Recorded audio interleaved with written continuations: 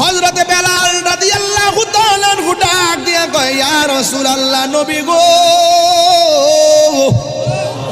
ও মায়ার নবী, আমার চেহারাটা কালো, দাঁতগুলা উঁচা উঁচা, জিহ্বাটা কাটা, ওরা মাসুল টানি লোহা গরম করে জিহ্বাতে লাগাই দিছিল।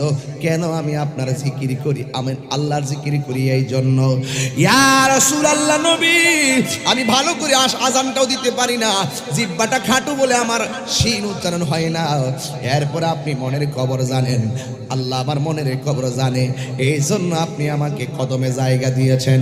ইয়া রাসূলুল্লাহ, আমি দুনিয়াতে চলাফেরা করি আর জান্নাতের মধ্যে আওয়াজ পাইছেন, আপনি আমারে জিজ্ঞাসা করছেন কি এমন আমল করি যেই কারণে আল্লাহ আমার কদমের আওয়াজের পরিমাণ পাওয়ারটা আল্লাহ বার মর্যাদা বাড়াইয়া দিছে।